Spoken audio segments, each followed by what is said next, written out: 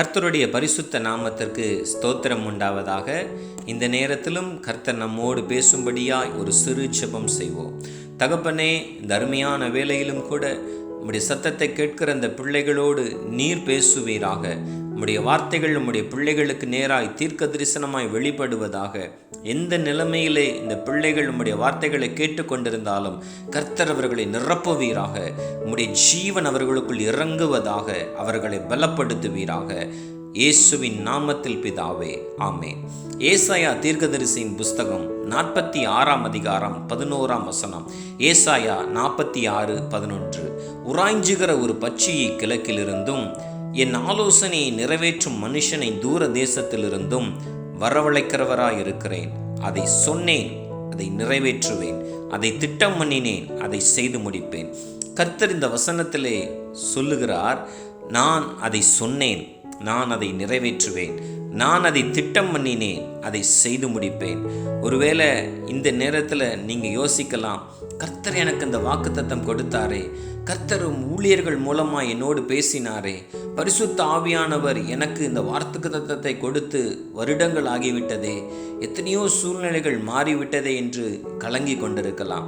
உங்களுக்கு தான் கர்த்தர் வாக்கு பண்ணுகிறார், நான் அதை சொன்னேன், அதை நிறைவேற்றுவேன், நான் திட்டம் பண்ணினேன், அதை செய்து முடிப்பேன். உங்களுக்கு கொடுக்கப்பட்ட வாக்குத்தத்தம் மனுஷனிடத்திலிருந்து வரல, அது கர்த்தரிடமிருந்து வந்தது. கர்த்தர் அதை சொல்லி இருக்கிறபடியால் அதை நிறைவேற்றுவார். அதை அவர் திட்டம் பண்ணி இருக்கிறபடியால் அதை செய்து முடிப்பார். என் அன்பு தேவனுடைய பிள்ளைகளே, தேவன் சொன்னதை செய்கிறவர். அவருக்கு ஒரு பெயர் உண்டு, அவர் வாக்குத்தத்தங்களின் தேவன், அவர் சொன்னதை நிறைவேற்றுகிற தேவன். லூக்கா எழுதின சுவிசேஷம் 2 அதிகாரம் 25, 26 ஆகிய வசனங்களை நீங்கள் பார்க்கும்போது, அங்கே சிமியோன் என்னும் பேர் கொண்ட ஒரு மனுஷனுக்கு கர்த்தர் வாக்கு பண்ணியிருந்தார். என்ன வார்த்தை? கர்த்தருடைய கிறிஸ்துவை நீ காணும் முன்னே மரணமடைய மாட்டாய் என்று பரிசுத்த ஆவியினாலே அவனுக்கு அறிவிக்கப்பட்டும் இருந்தது. நீ கிறிஸ்துவை பார்ப்ப, நீ கிறிஸ்துவை பார்க்கும் முன்னே மரணம் உன்னை தொடுவதில்லை என்று பரிசுத்த ஆவியானவரே சிமியோனுக்கு வாக்கும் பண்ண பண்ணியிருந்தார். நம்முடைய கர்த்தராக இயேசு கிறிஸ்து பெத்லெகேமிலே பிறந்தார். அவர் எருசலேமில் உள்ள பெத்லெகேமிலே பிறந்த தேவனாய் இருக்கிறார். சிமியோன் பாப்பன்னு பரிசுத்த ஆவியானவரே வாக்கு பண்ணினார்.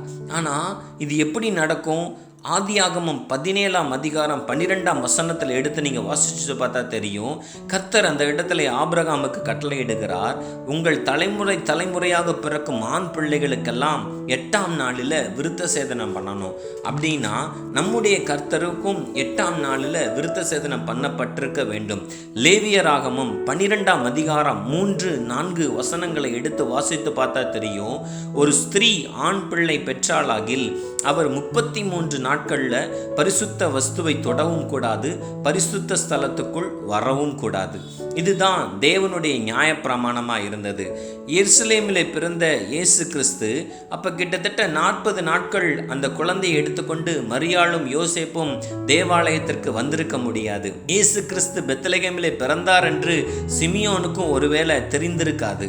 ஆனால் 2 அதிகாரம் 27 எடுத்து நீங்கள் வாசிக்கும் பொழுது லூக்கா 2:27 அவன் ஆவியின் ஏவுதலினாலே தேவாலயத்துக்கு வந்திருந்தான். ஆவியின் ஏவுதலினாலே தேவாலயத்துக்கு சிமியோன் வந்திருக்கிறார். கர்த்தருடைய ஆவியானவர் இப்போ உங்களுக்கு வாக்கு பண்ணுகிறார்.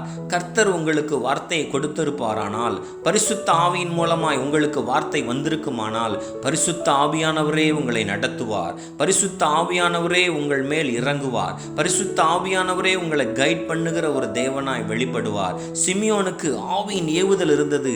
இன்னைக்கு நீ தேவாலயத்துக்கு போ, இயேசு கிறிஸ்து அங்கு கொண்டு வரப்பட்டிருக்கும்படியாய் ஆவியானவர் அந்த காரியங்களை குறித்து சிமியோனை ஏவினார்.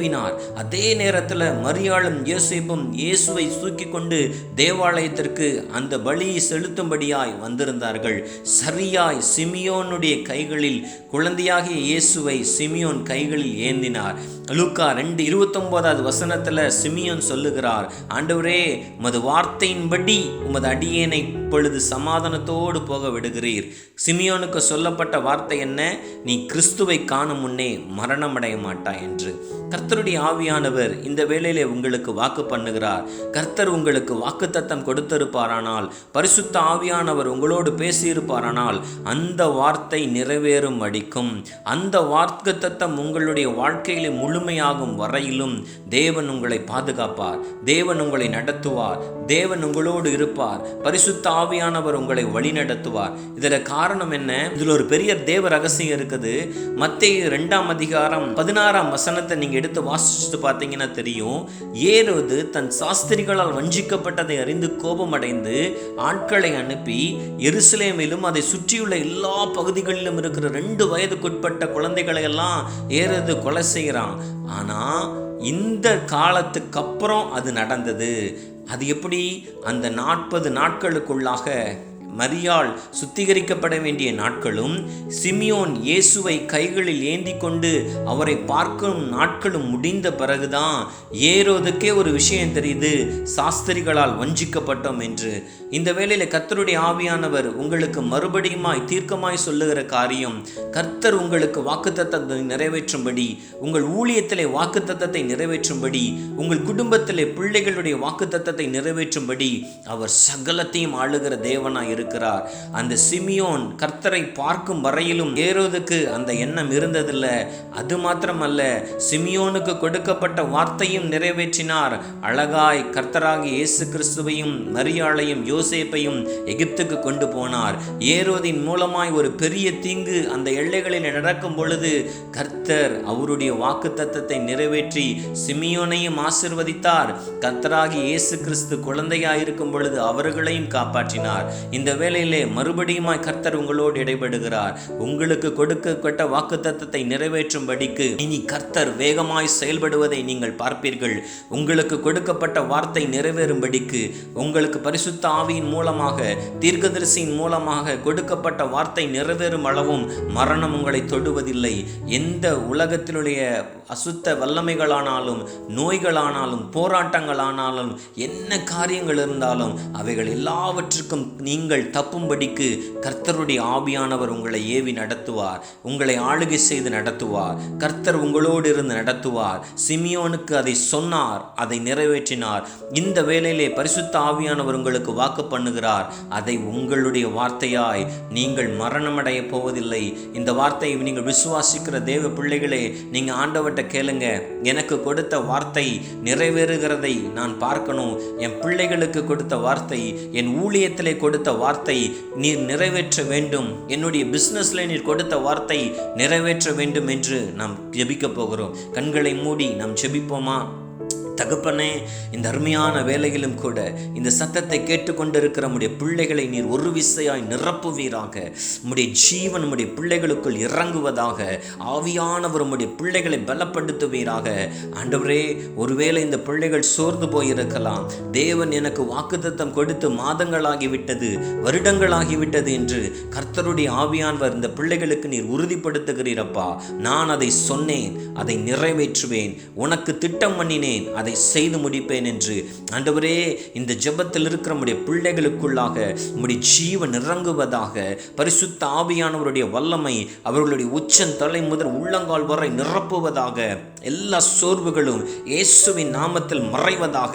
கர்த்தருடைய ஆவியானவர் அவர்களை வழி நடத்துவீராக. ஆண்டவரே, இவர்களுக்கு திட்டம் பண்ணினதை, இவர்கள் வாழ்க்கையிலே திட்டம் பண்ணினதை, ஊழியத்திலே திட்டம் பண்ணினதை, பிள்ளைகளுக்கு திட்டம் பண்ணினதை நிறைவேற்றுகிற வரையிலும் கர்த்தர் நீர் ஏரோதை ஆளுகை செய்தது போல கர்த்தர் இவர்களுக்காக சகலத்தையும் நீர் ஆளுகை செய்வீராக. சூழ்நிலைகளை மாற்றுவீராக. கர்த்தருடைய ஆவியானவரே இவர்களை நடத்துவீராக. உம்முடைய கரத்தில் தாழ்த்தி ஒப்புக் கொடுக்கிறேன். ஆசீர்வதிங்க, பலப்படுத்துங்க, உம்முடைய பிள்ளைகளை சந்தோஷப்படுத்துங்க. உம்முடைய வார்த்தைகள் நிறைவேறுகிறதை உம்முடைய பிள்ளைகள் பார்க்கட்டும். இயேசுவின் நாமத்தில் பிதாவே, ஆமென். இந்த வார்த்தையின் மூலமாக நீங்கள் ஆசீர்வதிக்கப்பட்டிருப்பீர்கள் என்று நம்புகிறேன். இந்த மெசேஜை ஷேர் பண்ணுங்கள். இது வரைக்கும் நம்முடைய சேனலை சப்ஸ்கிரைப் பண்ணலைன்னா சப்ஸ்கிரைப் பண்ணிக்கோங்க. பெல் ஐக்கானை ப்ரெஸ் பண்ணிக்கோங்க, ஆல் கொடுத்துக்கோங்க. இது போன்ற அநேக தேவ வசனங்கள் உங்களுக்கு நேராக கடந்து வரும்.